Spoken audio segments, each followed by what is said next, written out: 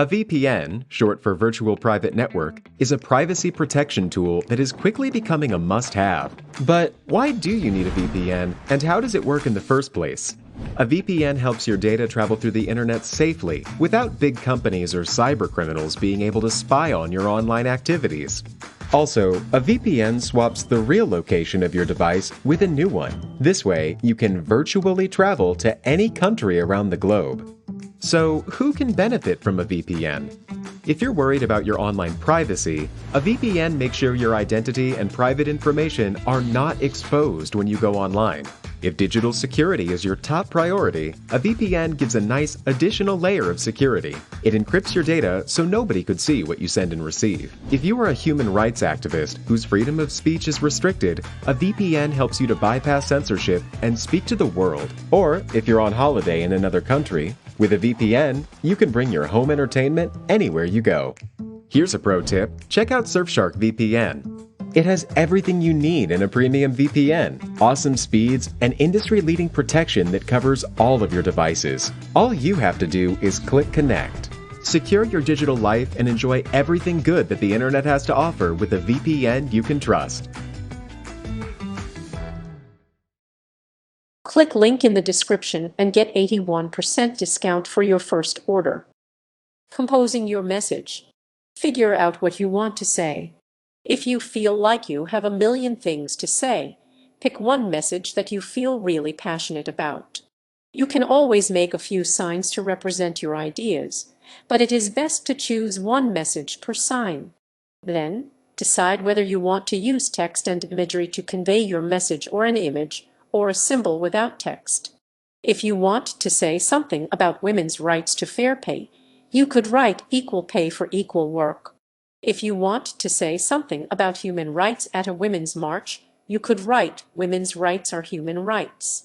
If you want to say something about the inequitable impacts of global climate change, you could use the term climate justice. To convey the urgency of the need to tackle climate change, you could write climate justice now. Then, you could visually highlight this statement with a symbol, such as an image of the planet melting on an ice cream cone. Practice brevity when using text on protest signs. If you decide to use text to convey your message, compose a short, clear statement to represent your message. In terms of brevity, you are best sticking to a statement of 7 words or less, since it can be hard to fit long text on a protest sign. You can say a lot in 7 words. At the March on Washington in 1963, protesters held signs saying, "We demand an end to bias now." These 7 words convey the urgent need to end racial bias in America. Choose a symbol.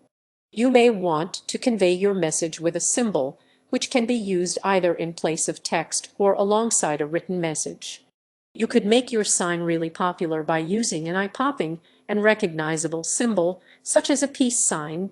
The peace sign was designed by British artist Gerald Holtham. It was originally designed for the Campaign for Nuclear Disarmament (CND). The symbol for the female sex is often used in women's marches and feminist campaigns. The equals sign can be used to represent equality. The fist can be used as a symbol for social justice. Symbols that go well together can be combined. Make your message personal. Protests often have popular slogans and statements that are repeated on many signs. To stand out from the crowd, you should personalize your statement. For instance, if you are a fan of a particular show or film, draw on your fan wisdom to make a political statement. If you identify as queer, transgender, female, working class, or something else, connect your statement to this particular identity or intersection of identities. Get peer feedback. After composing your statement but prior to writing it on the sign, you may want to get some feedback from friends. They could give you really helpful advice. If you get critical feedback, try rewriting the message to improve whatever is missing, such as clarity, brevity, wit, force, or personal resonance. If you are protesting with friends, you could also ask whether your statement goes well with the signs they will be carrying. People often read signs in relation to one another, especially when protesters stand next to one another. Writing your text, Lay out your text on the sign. Use a pencil to draft your message on the sign. If you have images or symbols on your sign, lay out the text so that there is space for images. Try to use large fonts so that people will be able to read it from a distance. You could design your sign in Microsoft Word or Adobe Illustrator, print it out, and use the printout as a guide when writing the message on the sign. If you have to start writing the letters really small on the edge of the sign, people are unlikely to read it. Outline the words with paint markers. Start by outlining the text. Then, fill in the text with darker colors that contrast with the background color or imagery on the sign. Paint markers work great for writing text on protest signs. You can get paint markers at art supply stores. Repeat this process on the other side of the poster board. If you are expecting your protest to receive any form of media attention, you should design a double-sided sign. Choose a font color. Some of the best protest signs use font colors that reinforce the message they are trying to convey. Dark colors are often used to emphasize the gravity of a message. A rainbow of colors can be used to represent diversity, such as the use of a full rainbow of colors to represent the diversity within the LGBTQ+ community and pride parades. Use a strong contrast between the font color and background design. Consider your font or text color in relation to the background design of your poster. For instance, you may want to use black text against a white background or blue text against an orange background. Make a connection between the text and the image.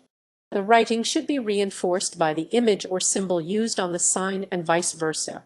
Some of the best protest signs use imagery that supports the text written on the sign, such as the use of the symbol for female alongside a text saying Women's Day March. Designing your sign. Limit your color palette. Consider using 2 or 3 colors instead of incorporating every color you can imagine. Some of the most successful protest signs use a very limited color palette, so think about which 2 or 3 colors will work best for your message and keep it simple. Artist Lorraine Schneider designed a protest sign with only yellow, orange, and black. The sign included an image of a fragile flower and read, "War is not healthy for children and other living things." It became famous during the Vietnam War protests. Try mixed media. If you are feeling ambitious or are more artistically inclined, you could try mixed media or even three-dimensional designs. Foam core tends to work better for attaching three-dimensional objects to the surface of a protest sign. For instance, you could attach a three-dimensional globe to a foam core poster. Download an existing poster design if you need more guidance. If you are in a rush, you could always download an existing poster design. Some organizations involved in the protest you are attending may have some pre-existing poster designs available on their websites. You could also alter an existing poster design with your own text. Look at the sign from a distance to check readability. Lean your sign against a wall. Walk back 10-20 feet 3.06.1 m and see if you can read it. If you can't read it from a distance, the text may be too small. If you can't discern the symbols on your sign, you may want to make them larger. You could also ask a friend to hold your sign up when testing for legibility. Add decorations. Depending on the message you are trying to convey, you may want to add some decorations. Glitter, sparkles, and other eye-catching decorations can help to make your protest sign more attractive. Building your sign. Choose the material for your poster boards. The material for the poster board is important to consider, especially if you have to travel to the protest. The main options are foam core, corrugated plastic, and poster board. Regardless of the material chosen, you will need 2 boards to make each sign. Poster board is a popular and cheap option. The disadvantage is that it is easily damaged and bent, which can make your sign hard to read. Foam core is a sturdy option if you want to use mixed media or incorporate any three-dimensional elements into your design, but it's a little more expensive than poster board. Corrugated plastic sign blanks are very sturdy and can be obtained at most hardware stores since they are also used for real estate signs. If you use this material, You will have to attach the sides together with tape. Choose the material for your handle. In order to hold your sign at the protest, you will need to attach some type of handle. The main options are 3 by 1 inch 7.6 by 2.5 cm lumber. You will be securing it to the poster boards with tape, staples, nails, or self-sticking glue. Easel backs are a self-sticking attachment. You can attach one on either side of the sign and fold out the tabs to use as handles. They are self-sticking, so you don't need extra adhesive. These are great for both poster board and foam core. Single pieces of 3 by 1 inch 7.6 by 2.5 cm wood are often used, since you can easily staple or nail the base to a single piece of wood. You will need staples or nails to attach this type of handle to your poster boards. If you are using a heavier base, like corrugated plastic, this can be a good option. However, wood is not permitted at many protests. Dowel is sometimes used, which is a little easier to hold for long periods in comparison to 3 by 1 inch 7.6 by 2.5 cm wood. This is a good option for corrugated plastic sign blanks. You will need staples or nails. However, wood is not permitted at many protests. Attach the handle to the poster boards. Place one of the two poster boards on the ground. Then, place your handle in the middle of the sign. Attach the handle to the base of the sign using tape, staples, or nails.